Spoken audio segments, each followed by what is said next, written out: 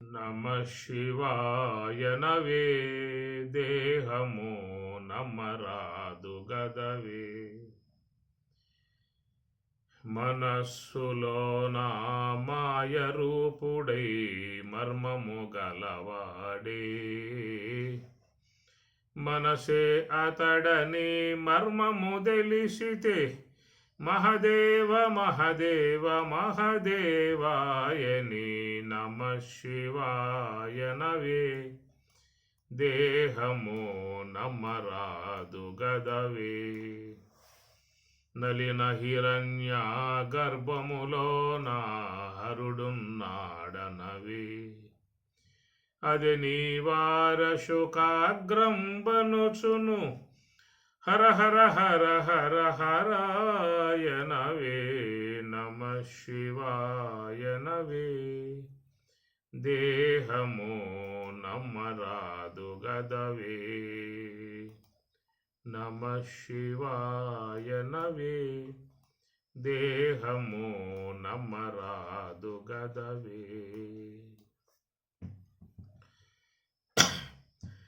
పాహి పాహి గజానన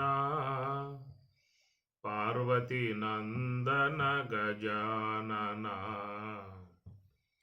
ఏకదంత గజానన లంబోదర హే గజానన ఆనందరూప గజానన అనంతరూప గజానన పాహి పాహి గజానన పార్వతీ నందన గజానన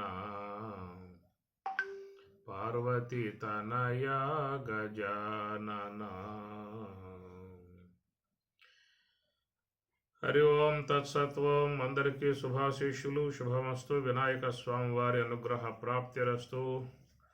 సర్వ విఘ్న నివారణమస్తు. సకల శుభ కార్యముల సకల శుభ ప్రాప్తిరస్తు. సకల కార్యములు నిర్విఘ్న ప్రాప్తిరస్తు. రేపటి రోజున వినాయక స్వామి వారిని విశేషంగా అందరూ కూడా ఆరాధించుకునే విధానం ఉంటుంది. అప్పుడప్పుడు ఈ పర్వదినాలు వచ్చి అందరిని పలకరించి చక్కటి వాతావరణం కలగజేసి మరి పోతూ ఉంటాయి. మన హైందవ సంస్కృతిలో అనేక పండుగలు ఈ ప్రకారంగా మానవులలో ఒక చక్కటి తేజస్సుని, ఉత్సాహాన్ని, నూతనత్వాన్ని ప్రసాదించేటువంటివిగా వచ్చేటువంటివి. ఆ పూటన్నా కాస్త దేవతలను స్మరించుకోవటం. ఎందుకంటే ఈ కార్యభారాల్లో మునిగిపోయి, సంసార వ్యవహారాలలో మునిగిపోయి, అనేక వ్యాపార వ్యవసాయ ఉద్యోగాలలో మునిగిపోయి భగవంతుడే జ్ఞాపకం ఉండే పరిస్థితి ఉండదు. ఒక నామాన్ని చెప్పిద్దామని చెప్పినా జ్ఞాపకం రాదు. అలాంటి ఆ విధంగా బిజీగా కార్యాలన్నీ కూడా మునిగిపోయి, కార్యకలాపాలలో మునిగిపోయి ఉన్నటువంటి మానవ సముదాయము ఈ ప్రకారంగా అప్పుడప్పుడు భగవంతుడిని జ్ఞాపకం చేసుకోవడం, భగవంతుని స్మరించుకోవటం, భగవంతుడిని ఆరాధించుకోవటం అనేటువంటి యొక్క విధానం మనం చూస్తూ ఉంటాం. ఈనాడు చూస్తే అన్ని బజార్లన్నీ కూడా కిక్కిరిసిపోయి ఉన్నాయి. అందరూ కూడా సంచులతో అన్ని రకాల పత్రాలు, పుష్పాలు, టెంకాయలు, చెరుకు గడలు, అనేక రకాలైనటువంటివన్నీ. వినాయక స్వామి కాబట్టి, గజానుడు కాబట్టి గజానునికి అన్నీ సమర్పించుకోవాలి. స్వామివారికి సమర్పించుకుంటేనే వారికి ఎలాంటి విఘ్నాలు లేకుండా, ఇబ్బందులు లేకుండా కలగజేసే విధానం ఉంటుంది. కాబట్టి ఆ ప్రకారంగా భక్తి భావంతో అందరూ కూడా పరుగులు తీస్తూ ఉన్నారు. బజార్లు మొత్తం కిక్కిరిసి కిటకిటలాడుతూ ఉన్నాయి. ఎవరెవరి శక్తి కొలది వాళ్ళు మరి అన్నిటినీ కూడా తీసుకెళ్తూ ఉన్నారు. విగ్రహాలు కూడా చిన్న చిన్నవి పెట్టే వాళ్ళు చిన్న చిన్నవి పెడతారు, పెద్ద పెద్దవి పెడతారు. ఈ ప్రకారం వినాయక నవరాత్రులుగా విశేషముగా మరి పిల్లకాయలలో కూడా ఉత్సాహం, వాళ్ళలో కూడా సంబరాలు ఈ విధంగా చేసుకోవడం జరుగుతూ ఉంటుంది. ఈ 9 రోజులు వినాయక స్వామి వారిని సేవించుకోవటం అలాంటి విధానం. గజానుని యొక్క నామాన్ని ఉచ్చారణ చేస్తూ ఓ భక్తి భావాన్ని పెంపొందింపజేసుకుంటూ మానవులు ముందుకి నడుస్తున్నటువంటి విధానం. నిత్య జీవితంలో మానవునికి భగవద్భావన ఉండాలి, భగవత్ స్మరణ ఉండాలి. ఇట్లా అప్పుడప్పుడు ఈ వినాయక చవితి కానీ, సంక్రాంతి పండుగ కానీ, దీపావళి పండుగ కానీ లాంటివి వచ్చినప్పుడు మరి ఆ భగవంతుని స్మరించుకోవడం, ఆ భగవత్ సంబంధ కథలను అధ్యయనం చేయటం లాంటిది నడుస్తూ ఉంటుంది. సాధారణంగా మానవుడు ఉన్నటువంటి ఉపనిషత్తులు, భగవద్గీత లాంటి ఉద్గ్రంథాలను అధ్యయనం చేసే అంత తీరుబాటు లేదు. వాటిని చూడగలిగేటువంటి సమయం లేదు వానికి, వాటిని అధ్యయనం చేయడానికి గల అవకాశం లేదు. కనీసం ఈ రూపకంగానన్నా భగవంతుని స్మరించుకుని మరి 10 మంది బంధువుల్ని పిలిపించుకుని ఎక్కడో ఉన్నటువంటి తన అల్లుళ్ళు కానీ, కూతుళ్ళు కానీ అందరూ కూడా రావటం, ఇల్లు ఇంటిళ్ళ పాది తన బంధువులతో కలకల్లాడటం, సంతోషంగా ఆనందంగా పిండి వంటలతో, నూతన వస్త్రాలతో అందరూ కూడా మంచిగా కలిసి వెలిసి ఉండేటువంటి విధానం ఒక జీవితంలో మానవుని ఒక నూతనత్వాన్ని ప్రసాదించడానికే మహాత్ములు మనకి ఈ ప్రకారంగా అనేక పండుగలను ఏర్పాటు చేసినటువంటి విధానము. ఇది పండుగలలో అటు మరి ఉన్నటువంటి పరమార్థం మానవుణ్ణి ఉత్తేజపరిచి, మానవుణ్ణి వికసింపజేసి, మానవునికి భగవద్భావన కలగజేసి, చక్కగా గృహాన్ని పావనం చేసి, సమస్తం కూడా అందరూ కూడా సంతోషముగా ఉండే విధానముగా ఒకటి వ్యవహార దశలో ఉంటే, రెండవది వాటిల్లో ఒక పారమార్థిక జ్ఞాన సంబంధ అంశాలు కూడా మహాత్ములు అందిస్తారు. దాని పట్ల జిజ్ఞాస ఉన్నటువంటి వాళ్ళు మాత్రమే జ్ఞాన సంబంధమై ఉన్నటువంటి అంశాల వైపు ప్రయాణం చేయటం జరుగుతుంది. కాబట్టి వినాయక చవితి అనేటువంటి దాంట్లో చక్కటి జ్ఞానపరమై ఉన్నటువంటి అంశాలు మనకి స్వామివారు స్వరాజ్య ఆశ్రమంలోకి జగద్గురువుల వారు చాలా మంచిగా ఇచ్చినటువంటి పరమార్థ సంబంధమై ఉన్నటువంటి అంశాలు చాలా ఉన్నాయి దాంట్లో.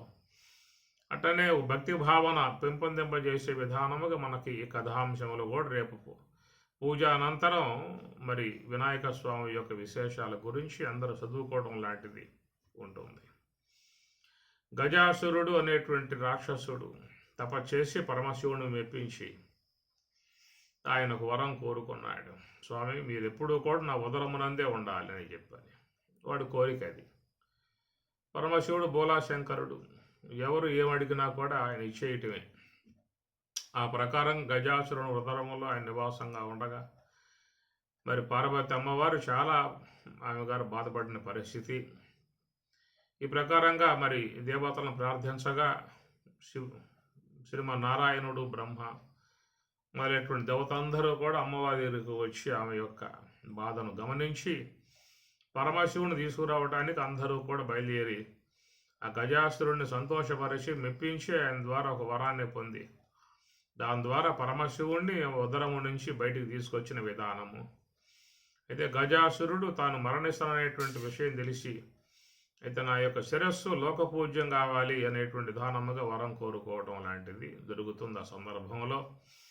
ఆ తర్వాత పరమశివుణ్ణి విడిపించుకొని శ్రీమన్నారాయణుడు కైలాసానికి బయలుదేరమని చెప్పి పంపిస్తాడు. ఈ విధంగా పరమశివుడు వస్తున్నటువంటి యొక్క వార్త విన్నటువంటి పార్వతి అమ్మవారు శుచిర్భూతురాలయ్యేటి ఉద్దేశముతో దేహానికి నలుగుబెట్టగా దేహం నుంచి వచ్చినటువంటి ఒక మరి ఆ నలుగు పిండి యొక్క సంబంధ పదార్థాన్ని ఒక బాలుడుగా చేసి ప్రాణం పోసిన విధానము అని చెప్పి ఆ విధంగా పెట్టి బాలుడిని దూరం కాడ కాపలా పెట్టగా మరి అమ్మవారు లోపల తన కార్యంలో తాను ఉన్నది. ఆ సమయంలో పరమశివుడు మరి ఆ యొక్క తన కైలాసానికి వేతించగా బాలుడు అడ్డగించాడు. ఎవరు నువ్వు రావడానికి వీల్లేదు, మా అమ్మగారు ఆజ్ఞ ఇది, ఎవరు రావడానికి వీల్లేదని చెప్పేసి. అరే నా గృహం రా ఇది, నేను యజమాని నీ గృహానికి, కైలాస నగరానికి అని చెప్పినా కానీ తన తల్లి యొక్క ఆజ్ఞను శిరస్సు వహించి అడ్డగించటంతో మరి కోపోద్రిగురేటువంటి పరమశివుడు ఆ శిరస్సును ఖండించటం, తర్వాత పార్వతి అమ్మవారు ఆ విషయం తెలిసి చాలా విలపించటం.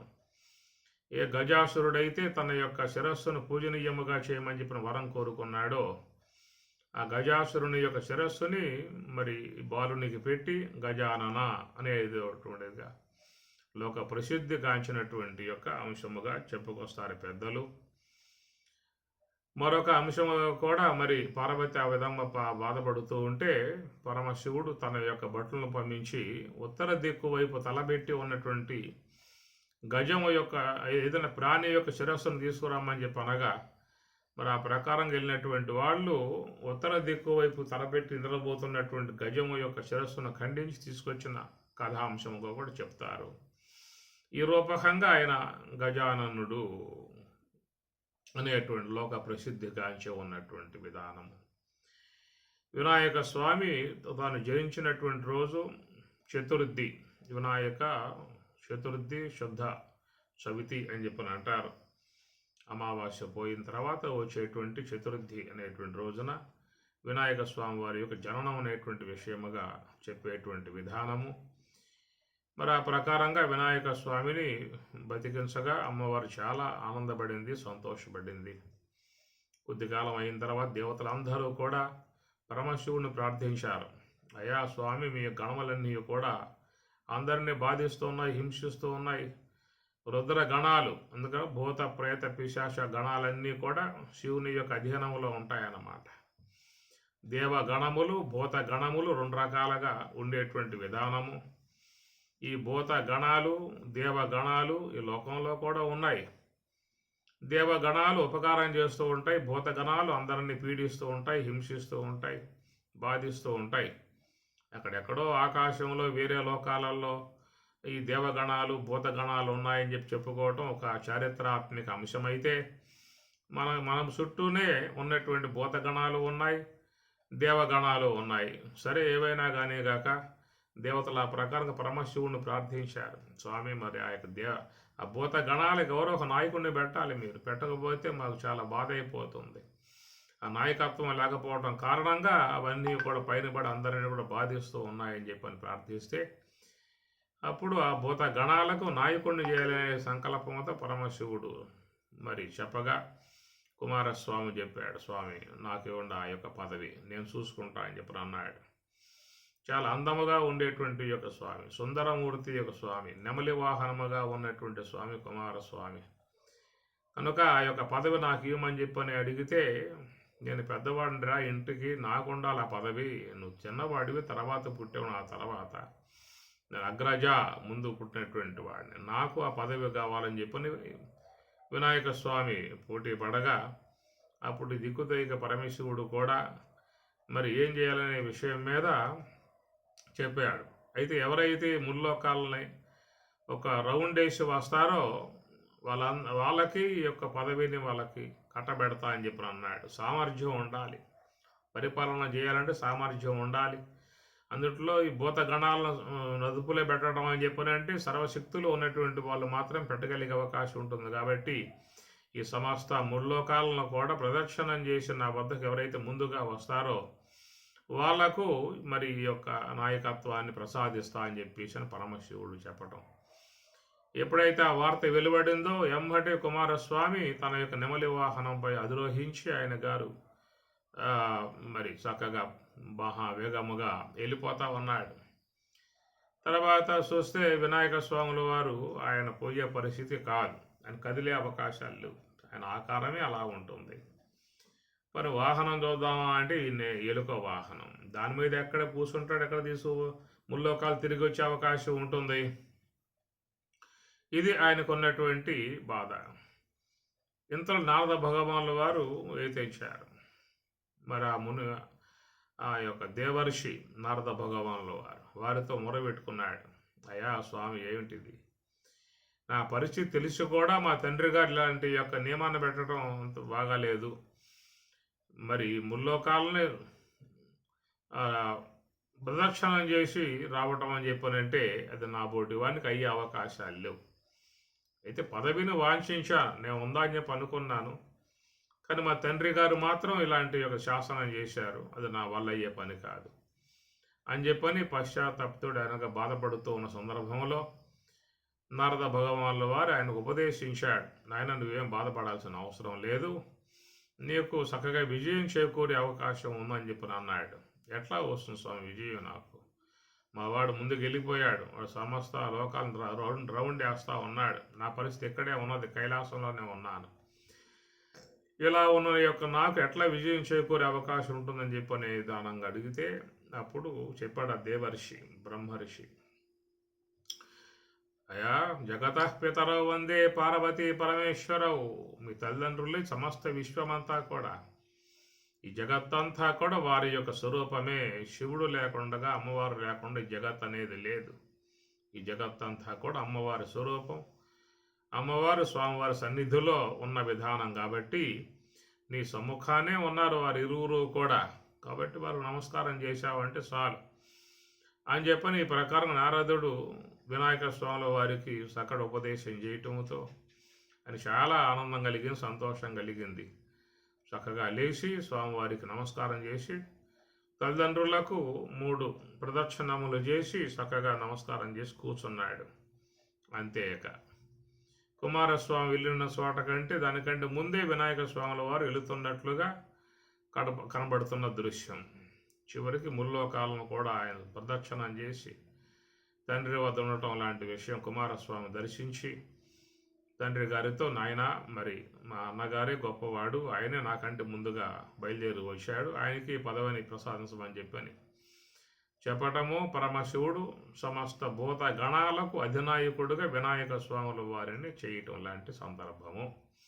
అప్పటి నుంచి ఆ గణాలకు వినాయక స్వామియే అధిపతిగా ఉన్నటువంటి వాడు. గణాధ్యక్షాయ నమః, గణేశాయ నమః, గణపతయే నమః, లంబోదరాయ నమః, శూర్పకర్ణాయ నమః, హిరంభాయ నమః అని ప్రకారంగా ఓంకార స్వరూపమై ఉన్నటువంటి వినాయక స్వామి సమస్త గణములకు అధిపతి కావటం కారణంగా ఆ పూట అందరూ కూడా వినాయక స్వాముల వారిని ఎంతో భక్తి శ్రద్ధలతో ఆరాధించి వారికి విధంగా 21 పత్రములతో ఆయనకు పూజ చేసి చక్కగా అనేక పిండి వంటలు చేసి ఆ స్వామివారికి నివేదన చేయగా మరి ఆ లోకములు అందరూ కూడా ఆయన సేవించగా భక్తులు ప్రేమతో భక్తితో పెట్టినటువంటి యొక్క ప్రసాదాలను స్వీకరించి ఉన్నటువంటి వినాయక స్వామి మరి ఉదరమంతా కూడా పూర్ణమైపోగా ఆ విధముగా ఉదర భారముతో వచ్చి తండ్రి గారికి నమస్కారం చేయబోతూ ఉంటే మరి అక్కడ ఆ పొట్ట వంగటం లేదు. అమ్మకు నమస్కారం చేయాలి, తండ్రికి నమస్కారం చేయాలి, వంగితే పొట్ట అడ్డం వస్తూ ఉన్నది.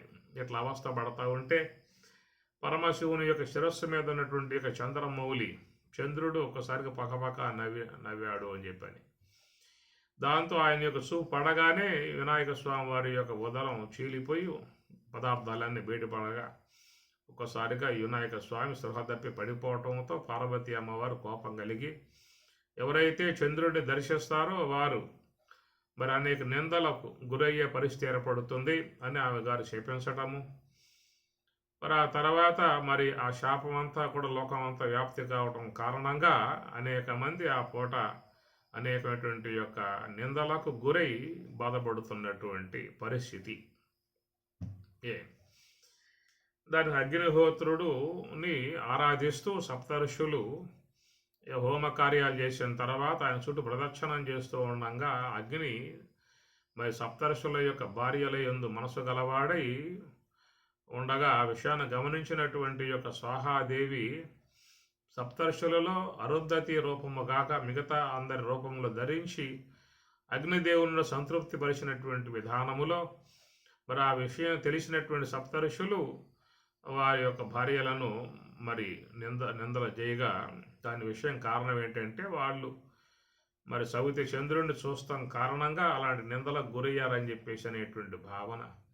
దాంతో అందరూ కూడా పోయి ప్రార్థిస్తే పార్వతి అమ్మవారు తన శాపాన్ని ఉపసంహరింప చేసుకుంటూ ఎవరై సవితి రోజున చంద్రుడిని చూస్తారో వాళ్ళు మాత్రం నిందలకు గురగుతారని చెప్పేసి మాత్రం ఆ పూట వరకు మాత్రమే శాపాన్ని కుదించినటువంటి విధానం. ఆ ప్రకారముగా ఉండగా ఒక రోజున మరి సవితి రోజున ఎవరూ కూడా చంద్రుడిని చూడకూడదని చెప్పినటువంటి ఒక విధానముగా ఉన్నటువంటిది లోకమంతా కూడా. కృష్ణ పరమాత్మల వారు పాలు సేవిస్తూ ఉండగా పాలలో చంద్రుని చూస్తాం కారణంగా ఆయన ఆపదలకు గురయ్యేటువంటిదిగా మన కథాంశంలో వస్తుంది. సత్రాజిత్తు నిందేశాడు, మా యొక్క శమంతక మణిని పరమాత్మ కోరి మా వాడిని సంహరించి ఆ విధముగా అపహరించడం అనేటువంటిదిగా నింద వచ్చినప్పుడు ఆ నిందన బాపుకునే ఉద్దేశముతో శ్రీకృష్ణ పరమాత్మల వారు మరి ఆ యొక్క ఎందువల్ల ఆ విధంగా మణి ఎవరిచే సత్కరింపబడిందనే విషయముగా ఆయన అరణ్యానికి వెళ్ళి ఆ ప్రకారంగా జాంబవతి ఉన్నటువంటి గృహలో ప్రవేశించి జాంబవంతునితో యుద్ధం చేసి ఆ తర్వాత శమంతకమణిని తన కన్యామణియగు మరి జాంబవతిని స్వీకరించి ఆయన రావటం, తర్వాత మరి తన యొక్క ఆ శమంతకమణిని సత్రాజిత్తుకి సమర్పించగా ఆయన తన యొక్క పొరపాటును గమనించి గుర్తించి పరమాత్మను క్షమాపణ కోరి ఆ శమంతకమణితో పాటు తన కన్యామణియకు సత్యభామను కూడా ఇచ్చి వివాహం చేసినటువంటి కథాంశం మనకు వస్తుంది. ఈ ప్రకారముగా మరి వినాయక స్వాముల వారి మరి కథాంశములుగా మనకి రేపు మనం ఆరాధన చేసుకున్న సందర్భంలో మీకు ఆ పుస్తకాల్లో ఇవన్నీ కూడా వచ్చే విధానాలు లాంటివన్నీ కూడా ఉంటాయి. ఈ ప్రకారముగా ఒక భక్తి భావనగా సాకారమూర్తిగా వినాయక స్వామిని ఆరాధించుకునేటువంటి విషయములో అందరూ కూడా ఎంతో పరమానందముతో సేవించుకునేటువంటి యొక్క విధానము, ఇది ఒక ఉపాసనా సంబంధమై ఉన్నటువంటి అంశం. భక్తికి ఒక భక్తి తత్వముతో సంబంధించినటువంటి యొక్క అంశం. ఈ కథాంశములలో వచ్చేటువంటి యొక్క సందేహాలు కూడా చాలామందికి తోస్తూ ఉంటాయి. అమ్మవారు ఏమిటి, నలుగు పెట్టుకోవటం ఏమిటి, మట్టి రావటం ఏంటి, వినాయకుడిని చేయటం ఏమిటి అనేటువంటి విషయాలు, ఇట్లా కొన్ని సందేహాలు కూడా తావులుండేటువంటి దానాలుగా ఈ కథాంశాలలో ఉంటాయి. కానీ ఆ సందేహాలకి ఎలాంటి యొక్క మనస్సు పోనివ్వకుండా వాటిల్లో ఉన్నటువంటి పరమార్థం అనేటువంటిది ఏదో ఉంటుంది, అది మనకు తెలియని అంశం అనేటువంటి భావనగా ఎవరైనా మహాత్ములు తటస్థించినట్లయితే వాళ్ళ ద్వారా ఆ అంశాలలో ఉన్నటువంటి తాత్విక అంశాలను గ్రహించుకున్నట్లయితే జ్ఞానపరమై ఉండేటువంటి యొక్క అంశాలు చక్కగా గోచరించే అవకాశం అనేటువంటిది ఉంటుంది. ఇక్కడ వినాయక స్వామి అని చెప్పి అన్నప్పుడు చెప్పేటువంటి మాట, ఆయన ఓంకార స్వరూపుడు.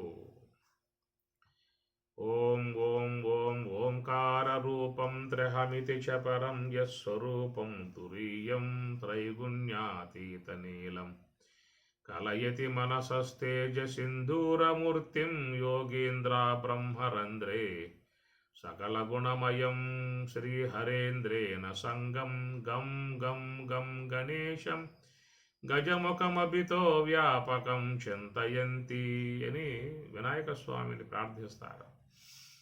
ఓం ఓం ఓంకార రూపం త్రిహమితి శపరం యస్వరూపం తురీయం. ఈ విధముగా వినాయక స్వామి అని చెప్పానంటే ఆయన ఓంకార స్వరూపము, అది వినాయక స్వామి యొక్క ఆకారము.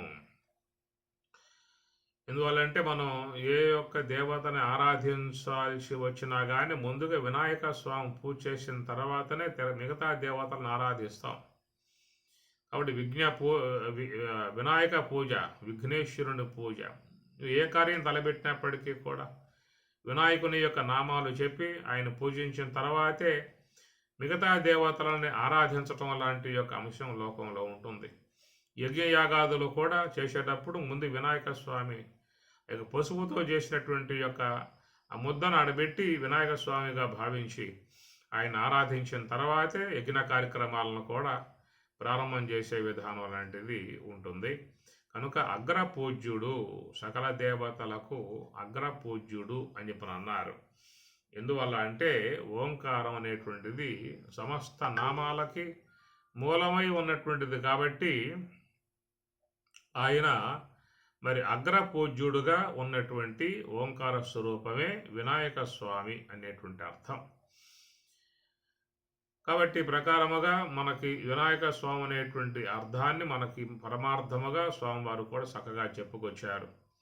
వినాయకో విఘ్నరాజ ద్వైమాతుర గజానన అప్యేకదంత హేరంబ లంబోదర గజానన అని మనకు అమరకోశంలో వచ్చేటువంటి యొక్క నామాలు.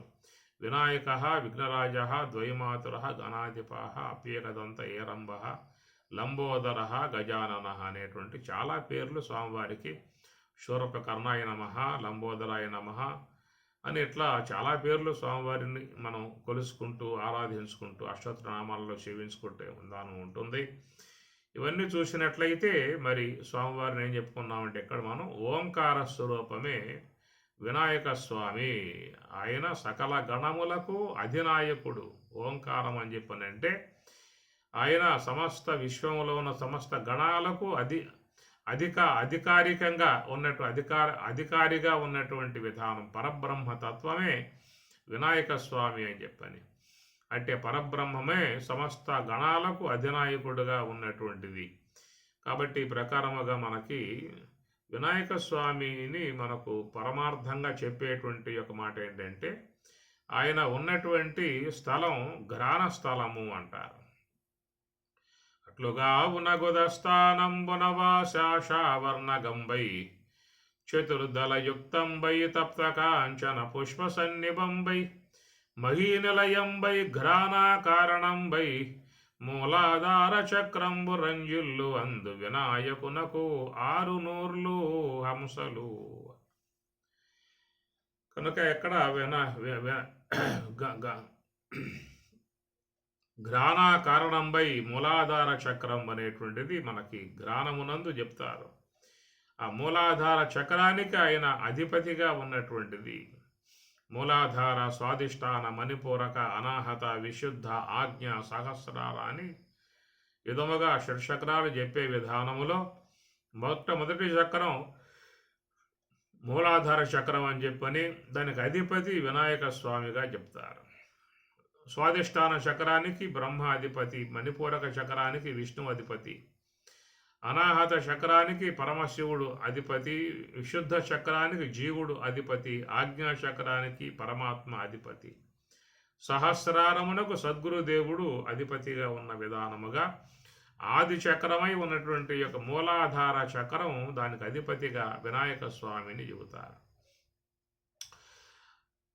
ఎక్కడున్నది మూలాధార చక్రం అనేటువంటి మాట చూసినట్లయితే మహీనలయంబై ఘ్రాణ కారణంబై మూలాధార చక్రంబు రంజిల్లు. మహీనలయంబై, మహి అంటే భూమి, ఆ భూమి స్థలం మనకి ఘ్రాణ కారణంబై. ఘ్రాణము అంటే ముక్కు అన్నమాట. ఘ్రాణం అది ముక్కు స్థలమే ఘ్రాణం, అది ఘ్రాణం అంటారు. అది మహీనలయంబై అక్కడ ఉన్నటువంటి చక్రం మూల ఆధార చక్రము అని చెప్పి అన్నారు. దీనికి కూడా స్వామివారు చక్కగా అంశాన్ని తెలియజేస్తూ మూలాధార చక్రం అనేటువంటి దానికి మూలము ఆధారము 2 పదాలు ఉన్నటువంటిది. మరి దేహానికి మూలం శ్వాస అని, సూక్ష్మదేహానికి ఆధారం ఎరుక అనేటువంటిది. తెలివి అన్నమాట. తెలివి ఉంటేనే సూక్ష్మదేహం పనిచేస్తుంది, శ్వాస ఉంటేనే స్థూల దేహం పనిచేస్తుంది. ఈ లోకములో వ్యవహారములు అనబడేటువంటి రెండింటి ద్వారానే వస్తుంది. స్థూల దేహము, సూక్ష్మదేహం రెండే వ్యవహారం చేసేది. ఇంద్రియాత్మికమై ఉన్నటువంటి యొక్క వస్తువు సూక్ష్మదేహము, గోళకాత్మికమై ఉన్న వస్తువు స్థూల దేహము, ఇంద్రియాత్మికమై ఉన్న వస్తువు సూక్ష్మదేహము. ఇంద్రియములు గోళకాలు అనేటువంటివిగా 2 ఉంటాయి. అనగా చెవి, కన్ను, ముక్కు, నోరు ఇవన్నీ కూడా గోళకాలు. వాటి లోపల ఉన్నటువంటి ఇంద్రియములు అవి సూక్ష్మదేహం యొక్క ఆశ్రయంలో ఉంటాయి.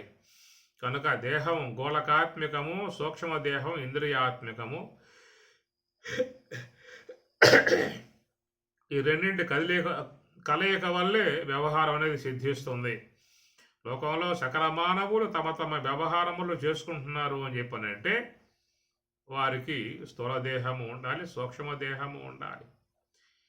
కేవలం సూక్ష్మదేహం మాత్రమే ఉన్నట్లయితే లోకముతో వాళ్ళకి ఎలాంటి సంబంధాలు ఉండవు. ఎవరితో ఎవరో కూడా కలిసి వ్యవహరించే అవకాశాలు లేవు. కాబట్టి పార్థివ దేహముకు ఈ శరీరం ఉండాలి. దేహం ఉంటేనే సమస్త కార్యాలకు హేతువవుతుంది. కాబట్టి మరి మనం ఈనాడు ఈ విధముగా వ్యక్తమై మరి నేత్రానికి విషయమై గోచరించేటువంటి వాళ్ళముగా ఉన్నాము అంటే ఈ స్థూల దేహం ఉండబట్టి. ఇప్పుడు పుట్టక ముందు స్థూల దేహం లేదు, శ్వాస పోయాక స్థూల దేహం ఉండదు. ఇది లోకములు అందరికీ కూడా వర్తించేటువంటి యొక్క అంశమే.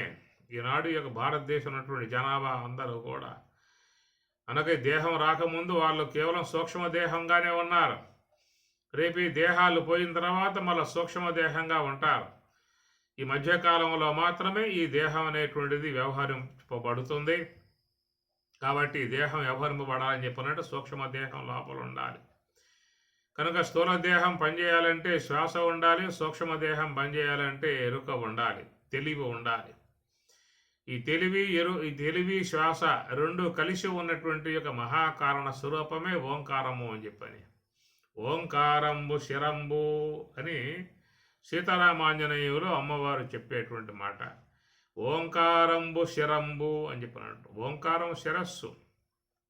దేనికి అని చెప్పనంటే సమస్త శరీరాలకి మూలమై ఉన్నటువంటి శ్వాస, సమస్త సూక్ష్మ దేహాలకు ఆధారమై ఉన్నటువంటి తెలివి, ఆ రెండింటికి కూడా అది మూలం. కాబట్టి మూలాధారము అనేటువంటి అన్నారు.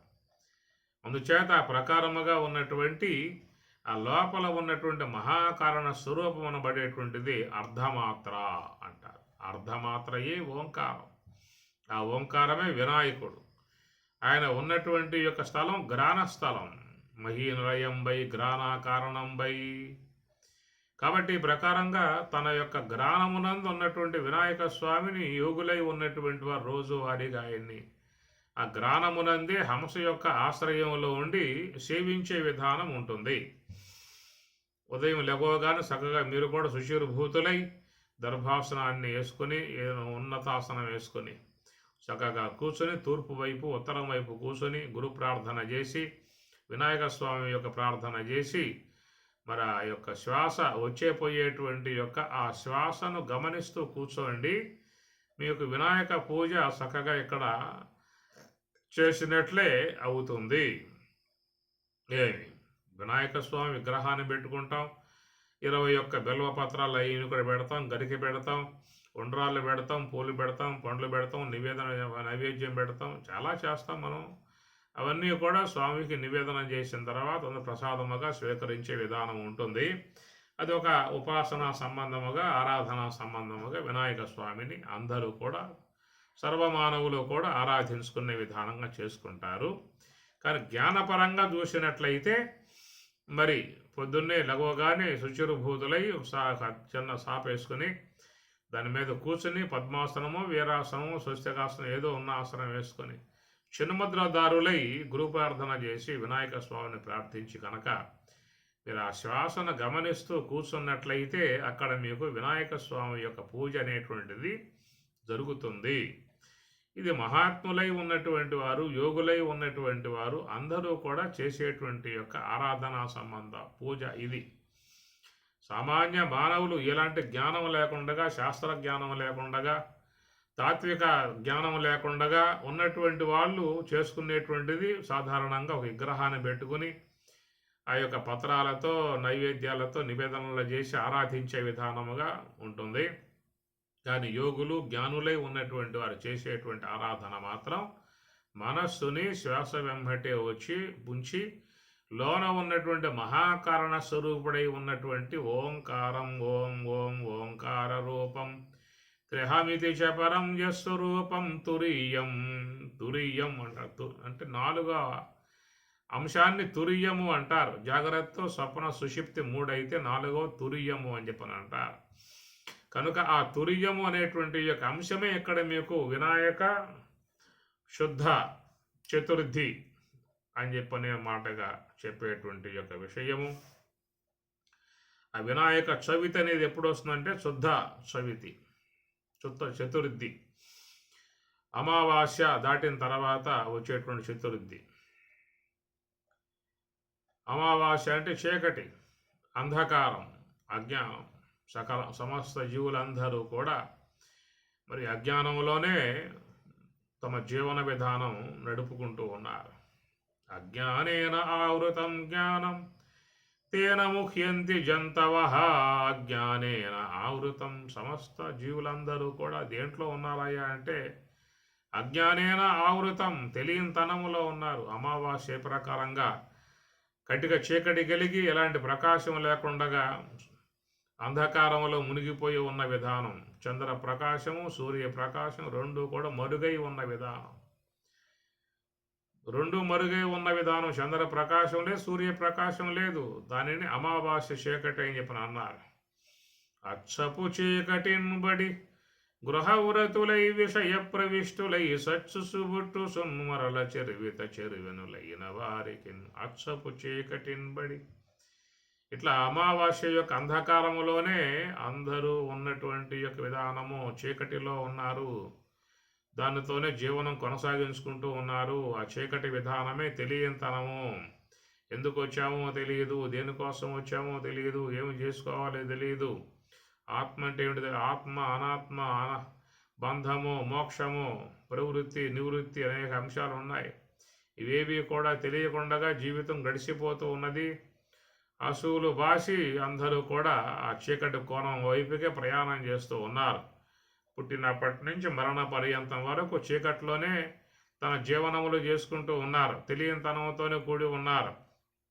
చివరికి ఆ యొక్క చీకటిలోకే, అంధకారంలోకే వెళ్ళిపోతున్నటువంటి పరిస్థితి.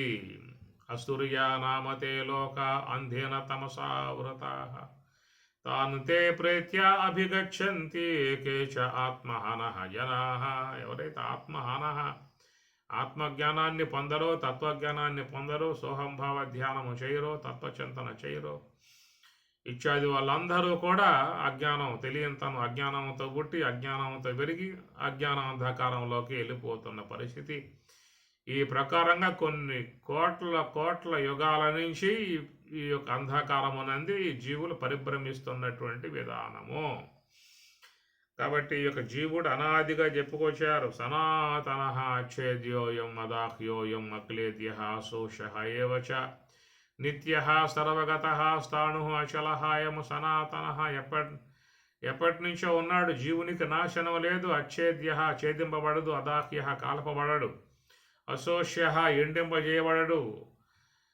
అవి ఈ కాలకుండగా, ఎండింపజేయబడకుండగా, ఏ యొక్క దానికి కూడా ఆయన బాధపడకుండగా, బాధింపబడకుండగా నిత్య నూతనమై ఉండేటువంటి యొక్క జీవత్వం అనేది అనాదిగా ఉన్న జీవత్వం. కాబట్టి ఈ ప్రకారముగా ఈ జీవుడికి ఎన్ని దేహాలు వచ్చిపోయాయో అనేటువంటిది చూసినట్లయితే అనంత కోటి దేహాలు గడుస్తూ ఉన్నాయి. కారణం ఏంటంటే అజ్ఞానాంధకారంలో మునిగిపోయి ఉన్నారు. కాబట్టి లోకంలో చూసినట్టు అందరూ కూడా తెలియనితనంలోనే ఉన్నారు.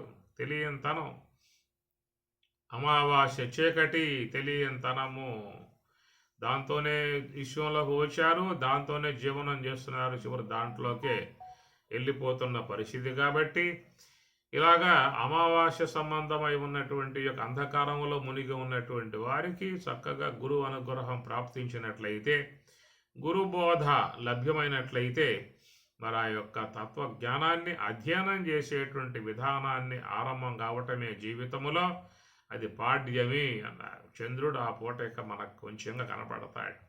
అనగా వెలుగులు కొంచెం మనలో వికసిస్తూ ఉంటాయన్నమాట.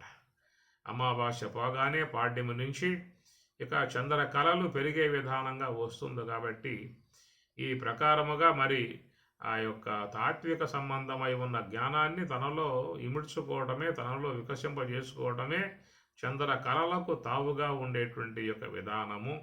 ఆ ప్రకారముగా వెలుగులలోకి అడుగులు వేస్తూ ఉన్నాడు. ఈ ప్రకారముగా ఉన్నటువంటి యొక్క ఇతడు మరి ఇంతకాలముగా జాగ్రత్త, స్వప్న, సుషిప్త అనబడేటువంటి మూడు అవస్థలయందే ప్రతి జీవుడు కూడా పరిభ్రమిస్తూ ఉన్నాడు. అజ్ఞానాంధకారములో మునిగి ఉన్నటువంటి యొక్క జీవుడు, తమస్సులో మునిగి ఉన్నటువంటి యొక్క జీవుడు, వాడు సవి చూసేటువంటివి మూడు అంశాలే: జాగ్రత్త అవస్థ, స్వప్నావస్థ, సుషిప్తి అవస్థ. ఈ మూడు అవస్థలు లోకంలో అందరికీ కూడా ఉన్నటువంటి విధానం. మానవులే కాదు, ఇతర జీవులు కూడా అన్నీ కూడా ఈ మూడు అవస్థలనే పొందుతూ ఉన్నాయి. ఎందుకంటే స్థూల దేహాన్ని బట్టి జాగ్రత్త అవస్థ వస్తుంది, సూక్ష్మ దేహం బట్టి స్వప్నావస్థ వస్తుంది, కారణ దేహాన్ని బట్టి సుషిప్తి అవస్థ వస్తుంది. కనుక ఈ మూడు దేహాలకు లోనై ఉన్నారు, మూడు గుణాలకు లోబడి ఉన్నారు. ఈ మూడు అవస్థలనే పొందుతూ సకల జీవులు తమ యొక్క జీవన గమనాలు నడుపుకుపోతూ ఉన్నాయి. నాలుగవదిగా ఉన్నటువంటి శుద్ధ చతుర్థి, వినాయక శుక్ల శుద్ధ చతుర్థి. శుద్ధ అంటే అక్కడ శుద్ధ సాత్విక బ్రహ్మాకార వృత్తిగా చెప్పుకుంటూ ఉన్నాం కదా. అదే మహాకారణంలోకి ప్రవేశించినట్లయి దానిని చతుర్థి అని చెప్పని అంటారు. ఇంతకాలంగా ఈ జీవుడు స్థూల దేహముతో జాగ్రత్త అవస్థ అనేటువంటిది ఒకటి, సూక్ష్మ దేహం ద్వారా స్వప్నము, కారణదేహం సుషుప్తి అనేటువంటిది, ఈ మూడింటిని మాత్రమే పొందుతూ ఉన్నటువంటి వాడు ఈనాడు గురువు అనుగ్రహముతో బ్రహ్మ విద్య అధ్యయనం చేసి బ్రహ్మోపదేశాన్ని పొందాడు. కాబట్టి అతడు 4వదగు చతుర్థి శుద్ధ చతుర్థి అనేటువంటి దాంట్లో ప్రవేశించటం జరుగుతుంది. కాబట్టి ఆ ప్రకారముగా ఆ చతుర్థి నాడు చతుర్థిగా 4వదిగా స్థూల దేహం 1, సూక్ష్మదేహం 2, కారణదేహం 3, 4వదిగా చతుర్థి మహాకారణము. అది శుద్ధ అన్నారు అక్కడ. శుద్ధ చతుర్థి. శుద్ధ అంటే అన్ని మాలిన్యాలన్నీ కూడా అక్కడ లయింపబడతాయి.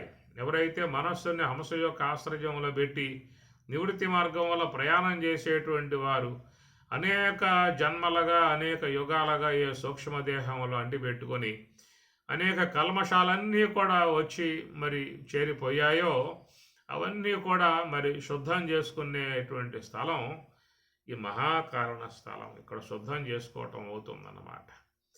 ఇంకా సూక్ష్మదేహములో ఉన్నటువంటి యొక్క మాలిన్యాలు కడుక్కోవాలని చెప్పనంటే ఎక్కడ అవకాశాలు లేవిక.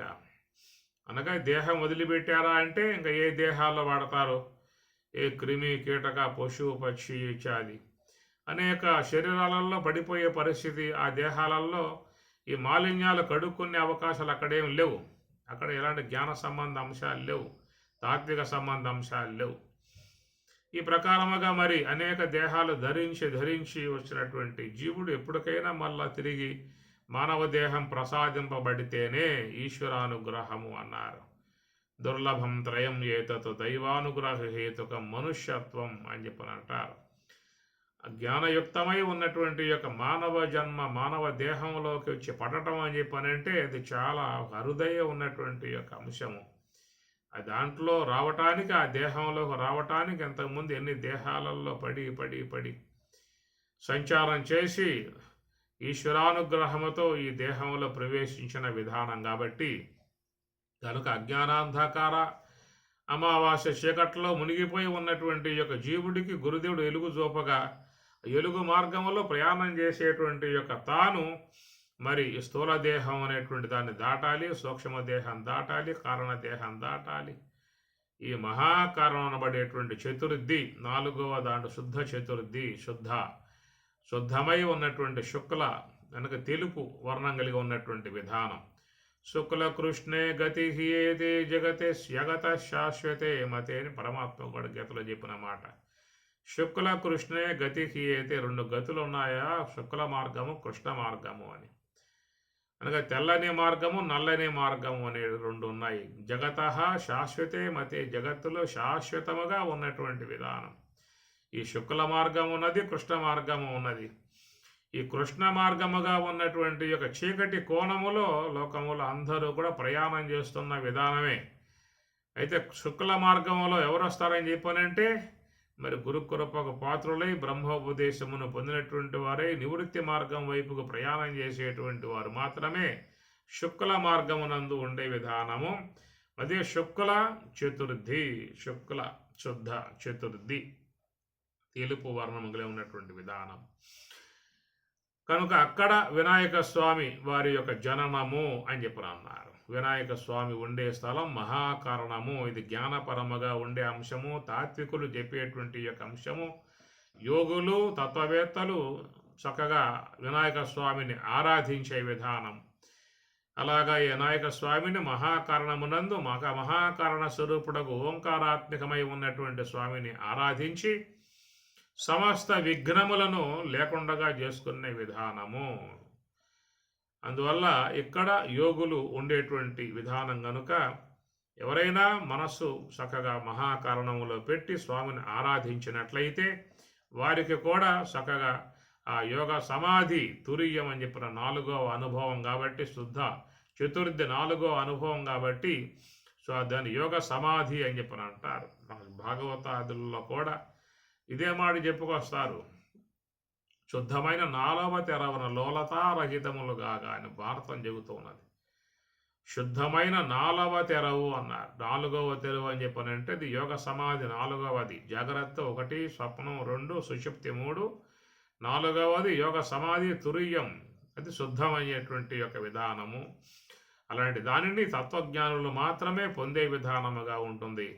మనకు మాండుక్యంలో కూడా ఈ విషయాన్ని చెబుతూ నాంతఃప్రజ్ఞం న బహిష్ప్రజ్ఞం నోభయత ప్రజ్ఞం న ప్రజ్ఞానఘనం న ప్రజ్ఞం నా ప్రజ్ఞం అదృష్టం అవ్యవహార్యం అగ్రాహ్యం అలక్షణం ఏకాత్మ ప్రత్యయసారం ప్రపంచ ఉపశమం శాంతం చతుర్థం మన్యంతే సాత్మ సవిజ్ఞేయ. చతుర్థం నాలుగో అంశాన్నే అది యోగ సమాధిగా చెప్పేటువంటి విధానం. అక్కడే శుద్ధ అంటే సమస్త కర్మలన్నిటినీ కూడా తొలగింపజేసుకునేటువంటి విధానము. సూక్ష్మ దేహంలో ఉన్న కల్మషాలు ఇక పోవాలని చెప్పనంటే మరి అక్కడా కూడా పోయే అవకాశాలు లేవు, ఎక్కడ కడుక్కునే అవకాశాలు లేవు. దేహంలో ఏవో మాలిన్యాలు ఏర్పడ్డాయని చెప్పి ఉద్దేశంతో శ్వాస పోయిన తర్వాత ఆ దేహాన్ని అగ్నిహోత్రుని యందు ఆహుతి చేస్తారు, దాన్ని దహనం చేస్తారు దేహాన్ని. అనేక కల్మషాలు దేహానికి ఉన్నాయి, ఆ కల్మషాలు పోతాయని చెప్పి ఉద్దేశంతో దేహాన్ని అగ్నిహోత్రునితో మరి ఆహుతి చేస్తారు. అట్లాగా మరి సూక్ష్మ దేహంలో ఉన్నటువంటి యొక్క మాలిన్యాలన్నింటినీ కూడా మరి చక్కగా తీసివేయాలని చెప్పి అన్నట్లయితే జ్ఞానాగ్నిలో ఈ సూక్ష్మ దేహాన్ని ఆహుతి చేయాల్సి ఉంటుంది. జ్ఞానాగ్ని దగ్ధ కర్మాణం తం ఆహు పండితం బుధాహ అని భగవద్గీత చెప్పేటువంటి బ్రహ్మాగ్నౌ బ్రహ్మణాహుతం బ్రహ్మైవ తేన గంతవ్యం బ్రహ్మ కర్మ సమాధిన అని భగవద్గీత. కనుక నాలుగవ అంశమునందు ఉన్నటువంటి బ్రహ్మాగ్ని అన్నారు, యోగాగ్ని, ఆత్మ సంయమ యోగాగ్నౌ అన్నారు. కాబట్టి ఆ ప్రకారముగా సూక్ష్మదేహంలో ఉన్న కల్మషాలు అన్నిటినీ కూడా పోగొట్టాలని చెప్పి అన్నట్లయితే ఈ సూక్ష్మదేహాన్ని జ్ఞానాగ్నిలో దగ్ధం చేయాల్సి ఉంటుంది. అట్లాగా పావనం చేసేటువంటి విధానముగా చతుర్థి నాలుగవ అంశములో చేరితే తప్ప వచ్చే అవకాశం లేదు. నా చెప్పుకున్నట్లుగా మరి ఆ యొక్క అమావాస్య దాటాలి కదా, అమావాస్య దాటి పాడ్యం రావాలి, విధి రావాలి, తది రావాలి, చతుర్థి రావాలి అని చెప్పి అన్నట్లయితే అమావాస్య చీకట్లో ఉన్నటువంటి యొక్క ఈ జీవుడు ఎప్పుడు బయటపడతాడు, ఏనాడు బయటపడతాడు? ఇతర శరీరాలలో ఉన్నటువంటి యొక్క జీవునికి ఎలా ఏ కోశాన బయటపడే అవకాశాలు లేవు. 83,99,000 మీరు చెప్పిన సంఖ్యలో మరి వాటిలో ఏ దేహంలో ఉన్నా కానీ వాడు ఇలాంటి యొక్క చీకటి నుంచి, అజ్ఞానాంధకారం నుంచి, అమావాస్య చీకటి నుంచి బయటపడే అవకాశాలు ఏనాడు లేవు. ఒక మానవ దేహములో ప్రవేశించి ఉన్నటువంటి వాడికి మాత్రమే ఆ యొక్క అమావాస్య నుంచి బయటపడి శుక్ర పాడ్యం నుంచి విధియ తదియ నుంచి చతుర్థి అనగా నాలుగవ అంశముగా స్థూల దేహము, సూక్ష్మ దేహము, కారణ దేహము దాటి చతుర్థి, నాలుగవ శుద్ధ చతుర్థి, శుక్ల చతుర్థిగా ఉన్నటువంటి శుక్లాన్ని తెలుపు అగ్ని జ్యోతి ఆహా శుక్ల షణ్మాసా ఉత్తరాయణం తత్ర ప్రయాత గచ్చంతి బ్రహ్మ బ్రహ్మ విదో జనా. భగవద్గీతలో చాలా మంచి అంశాలు ఉంటాయి. ఏమి అగ్ని జ్యోతి ఆహ శుక్ల షణ్మాసా ఉత్తరాయణం. ఈ మహాకారణములో ఈ నాలుగవదిగా ఉన్నటువంటి యొక్క మహాకారణమునందు యోగ సమాధి మార్గముగా ఉన్నటువంటి శ్వాస యొక్క ఆశ్రయంలో ప్రయాణం చేసేటువంటి యొక్క దానినే ఇక్కడ పరమాత్మ చెబుతూ అగ్ని జ్యోతి అహహ శుక్ల, అది శుక్ల తెలుపు అన్నాడు. అహహ అనగా పగలు అనగా మేలుకుని ఉన్నటువంటి విధానము. అగ్ని జ్యోతి అది ప్రకాశాత్మకము అని చెప్పాను. అహహ శుక్ల కాబట్టి మాటలన్నీ కూడా మీకు ఈనాడు ఇక్కడ చతుర్థి అనగా శుక్ల చతుర్థి, వినాయక చతుర్థి, శుద్ధ చతుర్థి ఇవన్నీ కూడా మరి ఈ మహాకారణములో చేరి ఉన్నటువంటి యొక్క అంశములు. కాబట్టి ఈ ప్రకారముగా మరి జీవులు తాము అజ్ఞానము నుంచి బయటపడి బ్రహ్మములో చేరిపోవాలనేటువంటి అపేక్ష ఉన్నటువంటి వారే ఎవరైతే ఉన్నారో వాళ్ళందరూ కూడా మహాకారణమునందే వినాయక స్వామిని ఆరాధించాల్సి ఉంటుంది. ముఖ్యంగా స్వామివారికి గరిక పూజ అంటే బాగా ఇష్టంగా చెప్పేటువంటి మాట. ఈ గరిక సంబంధమై ఉన్నటువంటి యొక్క అంశం మనకి తైత్రీయ ఉపనిషత్తు నారాయణ ప్రశ్నలో వస్తాయి. ఖాండాత్ ప్రరోహంతి పరుషః పరిః ఏతావానో దూర్వే వ్రతను సహస్రేణ శతేన చ. రేపటి రోజు చాలామంది ఈ గరిక అనేటువంటి దానిని ప్రీతిగా పట్టుకొస్తారు. తప్పనిసరిగా ఏది ఉన్నా లేకపోయినా గరిక మాత్రం వినాయక స్వామి అందు పెట్టి నమస్కారం చేసుకుంటారు. కనుక గరికనకు చాలా గొప్ప భావం కలిగి ఉన్నటువంటి అంశము తైత్తరీయంలో చెబుతుంది. ఖాండాత్ ఖాండాత్ ప్రరోహంతి. మీరు చూస్తే గరిక కాండములుగా పెరుగుతూ ఉంటుంది. అనేక కాండములు గరికకు ఉంటాయి.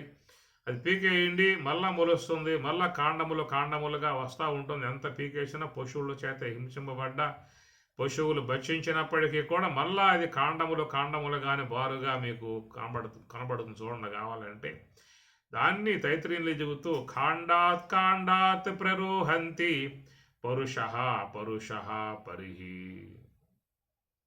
అన్నారు. కాబట్టి ఆ యొక్క అనేకమైనటువంటి యొక్క వాక్కులతో ఉన్నటువంటిది ఈ శ్వాస అని చెప్పని. ఈ శ్వాసనే గరికగా చెప్పేటువంటి యొక్క మాట. శ్వాసనే గరికగా చెప్తారు. ఇది ఖాండాత్ ఖాండాత్ ప్రరోహంతి, మొలుస్తూ ఉందన్నమాట. అనేక గణుపులతో మొలుస్తూ ఉన్నటువంటి ఈ గరిక అని చెప్పేసి అని. ఎన్ని అనగా బహి కుంభకం ఒక కణుపు, అంతః కుంభకం ఒక కణుపు. ఈ కణుపులతో ఆ గరిక అనేటువంటిది ఆ ప్రకారంగా వస్తూ ఉంటుంది. కాబట్టి ఖాండాత్ ఖాండాత్ ప్రరోహంతి పరుష పరుష పరిహి అన్నారు. పరుష అంటే పరుష వాక్యం. మనం మాట్లాడే ప్రతి మాటకు కూడా ఆ శ్వాస అనేటువంటిది ఆధారం. శ్వాస యొక్క ఆధారం లేకుండా ఈ మాటలు వచ్చే అవకాశం లేదు. కాబట్టి మాటలలో ఆ శ్వాస అనేది బాగా చుట్టుకుని ఉన్నది. పర్యాడు చుట్టుకుని ఉండటం అని చెప్పిన అర్థం. ఏతావానో దూర్వే వ్రతను సహస్రేణ శతేన చ. ఏతావానో దూర్వే అని చెప్పి అన్నారు. దూర్వే అని చెప్పనంటే పశువుల చేత హింసింపబడుతుంది కాబట్టి గరికను దూర్వా అనే మాటగా చెప్తారు. అట్లాగా ఈ శ్వాస అనేటువంటి దాన్ని కూడా చాలామంది ఈ దేహ పోషణ నిమిత్తముగానే వాడుకుంటున్నారే తప్ప ఆ శ్వాసను బ్రహ్మయుక్య విధానముగా ఉండేద్దు గల ఆ శ్వాస యొక్క వినియోగాన్ని ఎవరో కూడా వినియోగింపజేసుకోవటం లేదు. ఈ శ్వాస కేవలం ఈ దేహమునకు మాత్రమే పరిమితమై ఉన్నదే కానీ దాని యొక్క ఆశ్రయములో ఉండి నివృత్తి మార్గంలో ప్రయాణం చేసి బ్రహ్మభావన పొందటానికిగా ఎవరో కూడా ప్రయత్నం చేయటం లేదు. కాబట్టి ప్రకారంగా ఈ దేహములకు మాత్రమే వినియోగింపబడే విధానంగా ఉంది కాబట్టి దాన్ని దూరవా అనేటువంటి మాటగా చెప్పుకొచ్చారు. సహస్ర పరమాదేవి శతమూల శతాంకుర సర్వగుంహరతు మే పాపం దూర్వా దుస్వప్ననాశిని. సహస్ర పరమాదేవి శతమూల శతాంకుర, అనేక అంకురాలుగా శతమూల శతాంకుర, వందల కొలది అంకురాలతో పెరుగుతూ ఉండేటువంటిది ఈ శ్వాస. కాబట్టి గరికగా ఉన్నటువంటి శ్వాస ఇది. సహస్ర పరమాదేవి శతమూల శతాంకుర, అనేక మూలలతో అనేక అంకురాలతో ఉండేటువంటిది ఈ గరిక అన్నారు. అనగా ఈ శ్వాస కూడా రోజుకు 21,600 సార్లుగా సంచారం చేస్తూ ఉన్నది. అనేక బహిర్కుంభకములు అంతఃకుంభకములే గణుపులుగా కలిగి ఉన్నటువంటి శ్వాస ఇది. సహస్ర పరమాదేవి, సహస్ర పరమ అంటే శ్రేష్టమై ఉన్నటువంటిది. అనగా ఈ శ్వాస అనేటువంటిది చాలా పరమ పవిత్రమై ఉన్నటువంటి యొక్క వస్తువు. ఈ శ్వాస అనేది ఉండబట్టే ఈ దేహాలు పవిత్రముగా ఉన్నాయి. ఆ శ్వాస కాస్త లేకపోయిందా అంటే ఈ దేహాలకు ఆ పవిత్రత అనేటువంటిది ఉండదు. అపవిత్రత వచ్చేస్తుంది. ఆ దేహాన్ని ఎవరో కూడా ముట్టుకోరు, తాకరు, దూరంగా పారిపోతారు. కాబట్టి ఈ ప్రకారముగా అశుచి అయి ఉన్నటువంటి యొక్క అశుభ్రత కలిగి ఉన్నటువంటి యొక్క దేహాన్ని పవిత్రం చేస్తూ ఉన్నది, పావనం చేస్తూ ఉన్నది. ఈ దేహానికి ఒక పవిత్రతను కూడా ప్రసాదించింది. కాబట్టి ఆ ప్రకారముగా మరి ఎంతో పరమ పావనమై ఉన్నటువంటి యొక్క ఈ శ్వాస గురించి మాట్లాడుతూ చెప్తూ సహస్ర పరమాదేవి శతమూల శతాంకుర సర్వగుంహరతు మే పాపం దూర్వా దుస్వప్ననాశిని. దూర్వా దుస్వప్ననాశిని, సమస్త దుస్వప్నాలను నశింపజేసేటువంటిదిగా ఉన్నటువంటిది ఈ గరిక, అనగా శ్వాసయే గరిక, హంసయే గరిక, సోహమే గరిక అన్నారు. దుస్వప్న నాశిని, స్వప్నములు అని చెప్పనంటే తెలియనితనముగా ఉన్నటువంటి అజ్ఞానాంధకారముల మునిగి నిద్రపోతున్నటువంటి వాడు. దుస్వప్నములు అనగా ఈ బాహ్యములో గోచరించేటువంటి ఈ జగద్వస్తువులే సత్యమని భావించుకునేటువంటి విధానమే దుస్వప్నము అన్నారు. ఇలాంటి జగద్భ్రాంతిని పోగొట్టి పరమార్థ జ్ఞానమును పొందింపజేసే విధానముగా ఉండడం కారణంగా ఇక్కడ శ్వాసను ఉద్దేశించి దీన్ని గరికగా పోలిక చేసి మంత్రభాగములో మహర్షులు చెప్పుకొస్తూ ఉన్నారు. ఖాండాత్ ఖాండాత్ ప్రరోహంతి పరుషః పరుషః పరిహి ఏతావానో దుర్వే వ్రతను సహస్రేణ శతేన చ సహస్ర పరమాదేవి శతమూల శతాంకుర సర్వగుంహరతు మే పాపం దుర్వా దుస్వప్ననాశిని. విధముగా సమస్త దోషాలను పోగొట్టి కల్మషాలు పోగొట్టి జీవుణ్ణి బ్రహ్మైక్య భావన పొందింపజేసేటువంటి ఈ శ్వాసయే గరిక అని చెప్పని అట్టి ఆ శ్వాసను మహాకారణమగు వినాయక స్వామికి సమర్పించినట్లయితే వారికి యోగ సమాధి సిద్ధింపబడేటువంటి విధానం అనేది ఉంటుంది.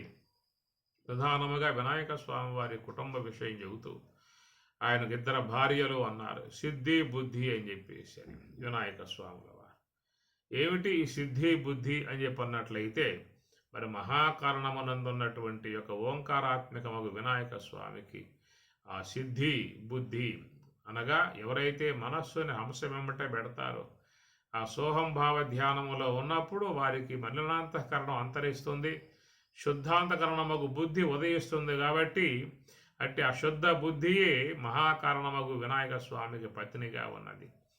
ఎవరికైతే శుద్ధ బుద్ధి ఏర్పడుతుందో వారికి బ్రహ్మైక్య సిద్ధి అనేది ఏర్పడుతుంది. కనుక ఆయనకు పత్నులుగా సిద్ధి బుద్ధి ఉన్నటువంటి విషయంగా చెబుతారు. అట్టనే 2 పిల్లకాయలు కూడా సిద్ధికి క్షేముడు బుద్ధికి లాభుడు అన్నారు. సిద్ధికి క్షేముడు, క్షేమం అంటే ఏమిటి? యోగక్షేమం అని చెప్పి అన్నట్లుగా బ్రాహ్మీ అనుభవాన్ని పొందటమే వానికి క్షేమము అన్నారు. ఆ బ్రహ్మానందాన్ని పొందటమే లాభము అని చెప్పని ఇలాంటి విధాయకంగా మహాకారణమగు మూలాధార చక్రమునందు నివాసమై ఉన్నటువంటి వినాయక స్వామిని మహాత్ములందరూ కూడా ఆరాధించే విధానం అనేటువంటిది ఉంటుంది. చతుర్థి నాడు మరి చంద్రుణ్ణి చూసినట్లయితే మరి నిందలకు వాళ్ళు గురవుతారని చెప్పనేటువంటి మాట. అనగా ఎవరైతే యోగ సమాధిని పొందారో అటు యోగ సమాధిలో మనసు అనే చంద్రుడు లేడు. చంద్రమా మనసో జాత. కాబట్టి మనస్సు పూర్తిగా లయమైపోయింది, చంద్రుడిని చూసే అవకాశాలు లేవు. తిరిగి మరలా ఆ యొక్క మనసు అనేటువంటి విధానంగా బయటికి వచ్చాము అని చెప్పనంటే మాత్రం మన లోక వ్యవహారాలలో మునిగిపోయే పరిస్థితి ఏర్పడుతుంది. కాబట్టి చతుర్థి నాడు చంద్రుడిని చూడవద్దు అని చెప్పనంటే ఆ మనసు అనేటువంటి యొక్క వస్తువును పూర్తిగా యోగ సమాధిలో లయింపజేయటం అనేటువంటిది ఆ చంద్రుడిని చూడకపోవడం అనేటువంటి యొక్క భావన. ఈ ప్రకారం కథాంశములలో ఉండేటువంటి విశేషాలన్నీ కూడా చూస్తే మన పారమార్థికమై ఉన్నటువంటి జ్ఞానపరమై ఉన్నటువంటి యొక్క అంశములతో మహాత్ములు మనకు బోధిస్తూ ఉన్నారు. అటనే స్వామివారికి గజానన అన్నారు. శిరస్సు మరి ఆ యొక్క ఉత్తర దిక్కు వైపు నిద్రిస్తున్నటువంటి ఆ గజం యొక్క శిరస్సును తీసుకొచ్చి స్వామికి పెట్టిన విధానము గజాననుడు అని చెప్పిన అన్నారు. గజానన, గజ అంటే దాన్ని తెప్పండి జగ అవుతుంది. ఇటు తిప్పితే గజ, అటు తిప్పితే జగ అని అర్థం. గజముఖుడు జగముఖుడు అని అర్థం. ఇదే బహిర్ముఖము అంతర్ముఖము అని అర్థం. బహిర్ముఖము జగముఖుడు, అంతర్ముఖము గజముఖుడు. జగముఖుడు లోకంలో అందరూ కూడా ఈ బహిర్ముఖ వృత్తులలోనే ప్రయాణం చేస్తూ ఉన్న విధానం కాబట్టి అది జగముఖులుగా అందరూ కూడా ఉన్నారు. ఎవరు తమ మనస్సుని హంస యొక్క ఆశ్రయంలో పెట్టి నివృత్తి మార్గంలో ప్రయాణం చేస్తారో వాళ్ళకి జగత్తు అంతా కూడా లయింపబడుతుంది. జగత్తు అనేటువంటిది మిథ్యామాత్రముగా గోచరింపబడుతుంది. వాళ్ళకు స్వరూపానుభవాన్ని పొందటం కారణముగా అక్కడ పూజ్యమై ఉన్నటువంటి వినాయక స్వామి యొక్క ముఖము అది అంతర్ముఖ వృత్తిగా ఉన్నటువంటి ముఖము కాబట్టి గజముఖుడు అన్నారు తప్ప జగముఖుడుగా చెప్పలేదు. అందరూ జగముఖం వైపు కలిగి ఉన్నారు. మహాత్ములు మాత్రం నివృత్తి మార్గం వైపు ఉండటం కారణంగా ఆ ఉత్తర దిక్కు వైపుకి తిరిగి ఉన్నటువంటి ముఖము కలిగి ఉన్నటువంటి వారు యోగులు.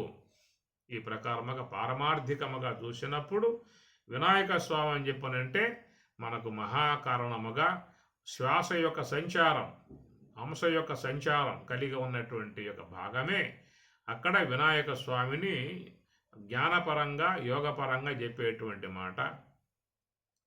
చతుర్ధలయుక్తం వై తప్త కాంచన పుష్ప సన్నిభం వై మహీనలయం వై గ్రానాకారణం వై మూలాధార చక్రంబు రంజిల్లు అందు వినాయక స్వామికి అని అక్కడ యోగులు వినాయక స్వామికి హంసలు అనే గరికలు సమర్పించి ఆయన అనుగ్రహానికి పాత్రులై నివృత్తి మార్గంలో ప్రయాణం చేసి యోగ సమాధిని పొంది వాళ్ళు తరిస్తూ ఉన్నటువంటి విధానం.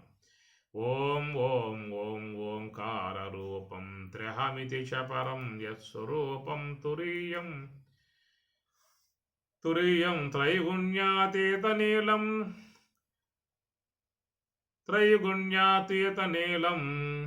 కాబట్టి ప్రకారముగా ఆయన తురీయ స్వరూపుడుగా వినాయక స్వామిని అందరూ కూడా యోగులు ఆరాధిస్తున్న విధానం కనుక అందరూ అట్టి స్వామిని వినాయక స్వామిని మహాకరణమునందు ఆరాధించి సమస్త కల్మషాలను పోగొట్టుకుని ఈ త్రివిధ అవస్థలకు అతీతమై ఉన్నటువంటి ఈ యొక్క 4వదకు చతుర్థి, శుద్ధ చతుర్థి, శుక్ల చతుర్థి యోగ సమాధిని పొంది స్వామివారి అనుగ్రహముతో బ్రహ్మైక్య భావాన్ని తరింతురుగాక అని చెప్పని కోరుకుంటూ ఓం సహనా భవతు సహనౌ భునక్తు సహ వీర్యం కరవావహై తేజస్వినావధీతమస్తు మా విద్విషావహై.